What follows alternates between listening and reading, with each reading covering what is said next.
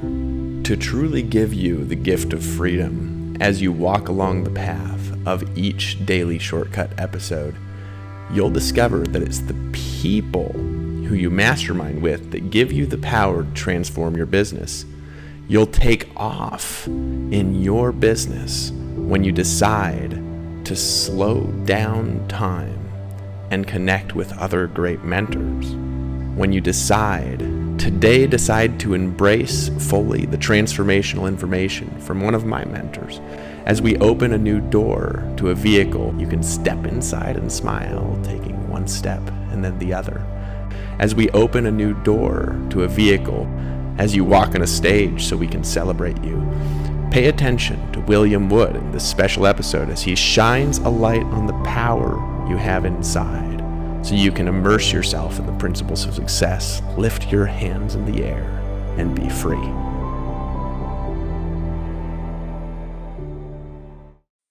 And so the question is once you identify it, and you identify something that's limiting you or holding you back, what do you do about it? And the good news is that you can change it.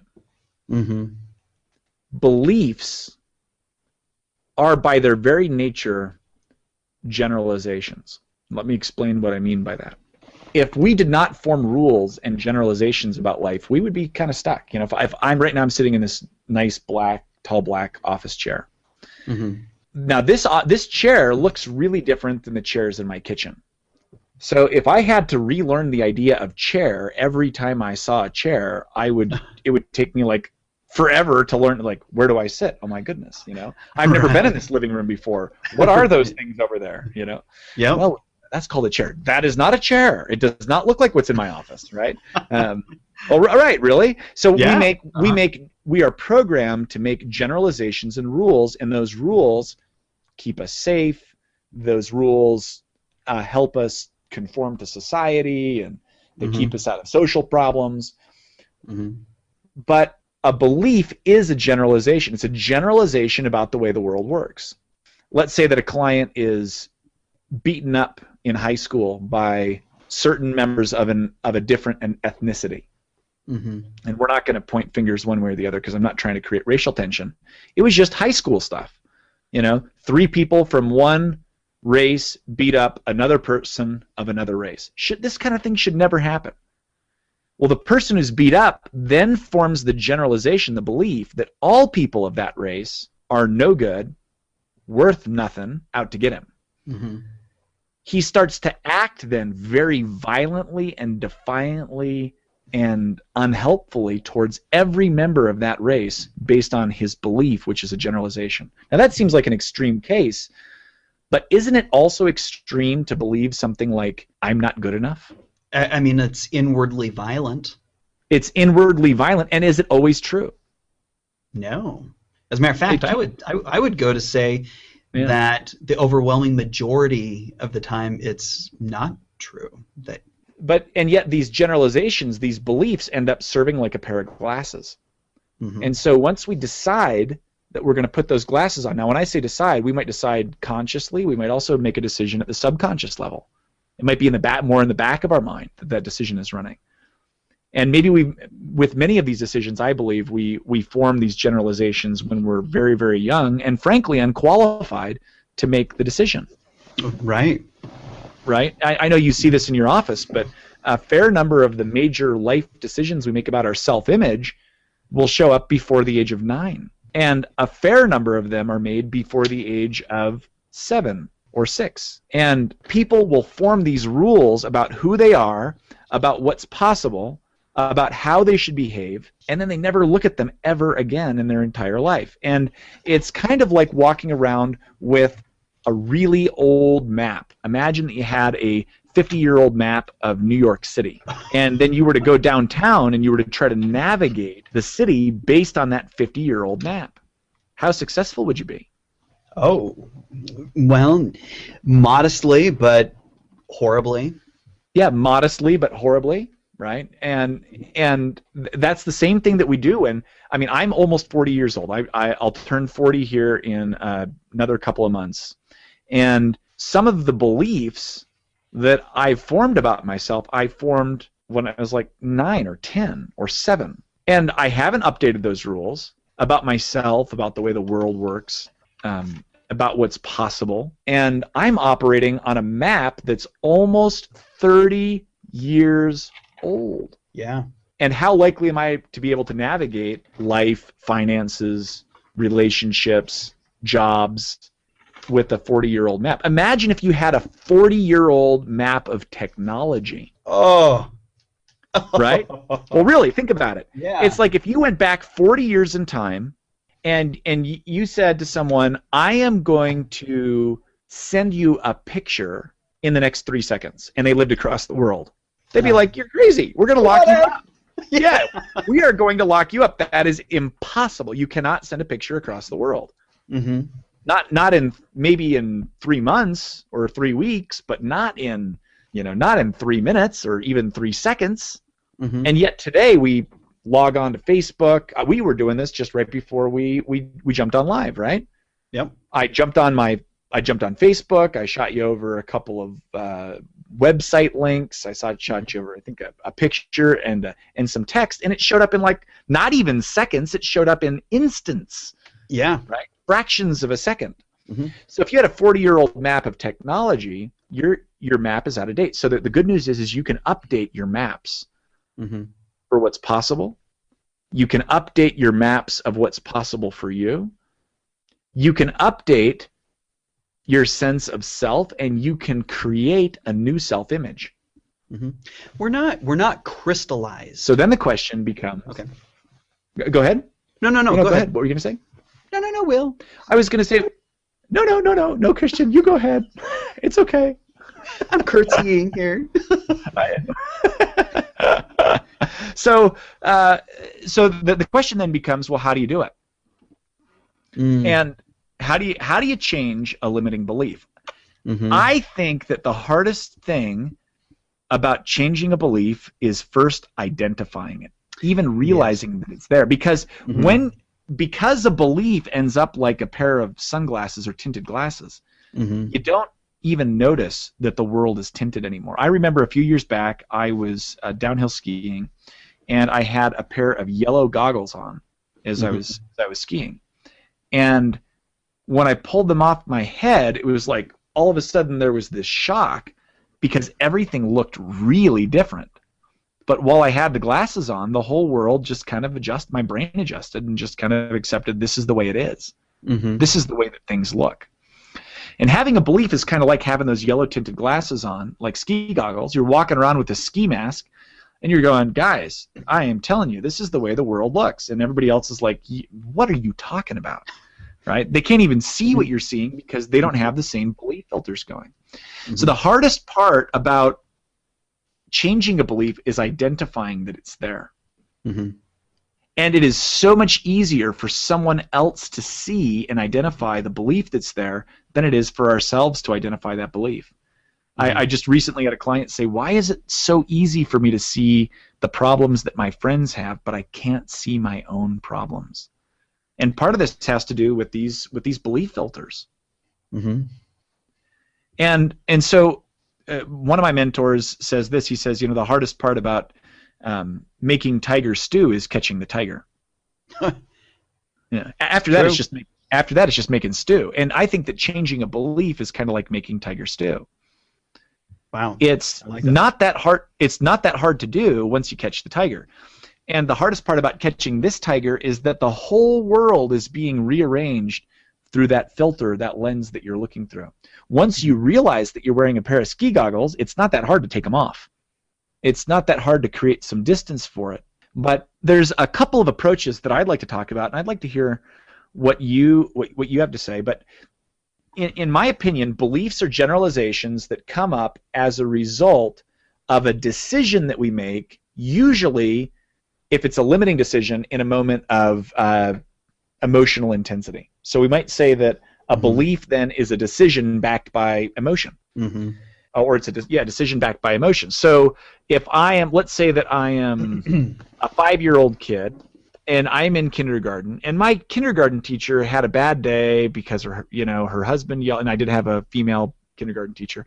Let's say her husband yelled at her in the morning, and then she showed up late for work, and the principal chewed her out, and she's going through her lesson preparations, and she spills coffee all over her notes. Mm-hmm. And then I show up, and I'm just like an innocent little 5-year-old kid, and all of a sudden she looks at me, and this is not a true story, and she says, "You dumb kid, you're always in the way." Mm-hmm. Right? Mm-hmm. And then in that moment, like, I'm so shocked because I'm not ready to handle that I go, oh, like, I'm not good enough, or I'm in the way. Well, and you have this authority figure, somebody who, right. You have rendered. I mean, you assume that what they speak. Well, let me take a step back. You are going to this environment to be taught information, and whatever this individual says is doctrine. This is right. fact. So in that moment, what you did, or what that individual did, is there's this authority figure speaking this utterance, this vile utterance of this child, because of the power differential, the authority versus the pupil. It's, oh, she said this, so therefore this is absolute truth. Right. And so then what happens if I don't update that mental map? Mm-hmm. What happens if I haven't downloaded the update to my GPS and I'm still operating on a map that's 40 or 40 years old, or in this case 30, would be about 35 years old. Mm-hmm. It's like, well, then I go around the rest of my life believing, oh, I'm in the way or something like that. And all of a sudden there might come an event where I go, wait a minute, where is this coming from? And I might never pin it down to the event, but I do recognize the belief because it shows up over and over and over again. It's like, I'm in the way, I'm not good enough, I'm going to step to the side, I'm not going to take the limelight, whatever. Mm-hmm. And it's like this belief then starts to tint every behavior that comes out of me. And this would be an example of like how a core limiting belief is formed and how it starts to impact all these other things. Well, here's the good news. In the moment that you realize that this pattern is going on, you can start to do some really simple things. Belief is a decision that's backed by emotion. Mm-hmm. So you can change a belief by changing the decision and backing it with emotion. That's a really simple little formula. Now, you can't just make a decision with no emotion, because that's not how the original decision was formed. Mm-hmm. You've got to make a new decision and back that by some emotional force. And that's one way to do it. Now, there's a bunch of other ways to do it. So one way is to work with the decision directly. In coaching or in therapy, sometimes that's called the art of reframing. Mm-hmm. And so in reframing, what we do is we look for a different kind of meaning for an event, a statement, a generalization. So for example, if I happen to know where the memory came from, I could start to look at it and go, well, I took it to mean that I wasn't good enough, but what else could that memory mean? Well, maybe that memory meant she was having a really bad day. Yeah, maybe that memory just meant that I was in the wrong place at the wrong time, or it was a random event or whatever, or that she shouldn't have been teaching, right? Yeah. I had a teacher, not my kid. Actually, I had a great kindergarten teacher, but as far as I remember, but my but my 5th grade teacher I could have lived without. I had a driver's ed teacher that looked at me in the eye and said, this is after class. I still don't even remember what prompted it. I mean, I was just a teenage kid. I was probably just being a normal teenage kid in class and frustrated him. And I remember he pulled me aside, he looked me in the eye, he poked me in the chest, and he said, you will never amount to anything. You're lazy, you're a disturbance, and your life is going nowhere. That's almost word for word what he said to me. Whoa. Goodness. Holy cats. Now I was like, what, 16 when that happened? I'm surprised you didn't judo him. Yeah, I was into martial arts then, I was pretty ticked. And if I hadn't had a really good support network around me, I could have formed some really limiting beliefs around that. And fortunately, I didn't. Yeah. Fortunately, I went back and talked to my parents about it. My parents were just like, what in the world? Yeah, what? And then my dad went and talked to him, and but I could have walked away with lots of emotion there. I could have made a decision about myself. The decision I made in that moment was, this guy's an idiot, which was fortunate for me. So I didn't end up walking away with a limiting belief. I already had a pretty healthy self-image. Mm-hmm. But let's say that had impacted me. Mm-hmm. I could go back and I could look at that memory, and I could start to reframe it by saying, well, what else could this mean? What were the motivations present? What motivated him to say that? What was his intention? Mm-hmm. What would the consequences be of holding on to that behavior?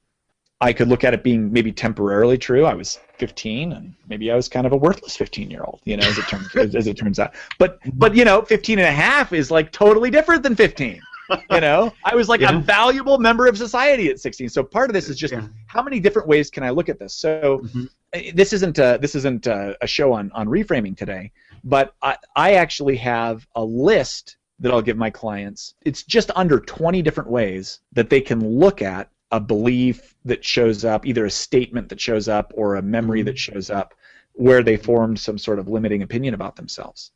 And there's a beautiful, it's a beautiful thing that as you start to look at these events, these life events, or these beliefs in different ways, that it starts to loosen up the hold that old generalization used to have on you. Always you say, well, wait a minute.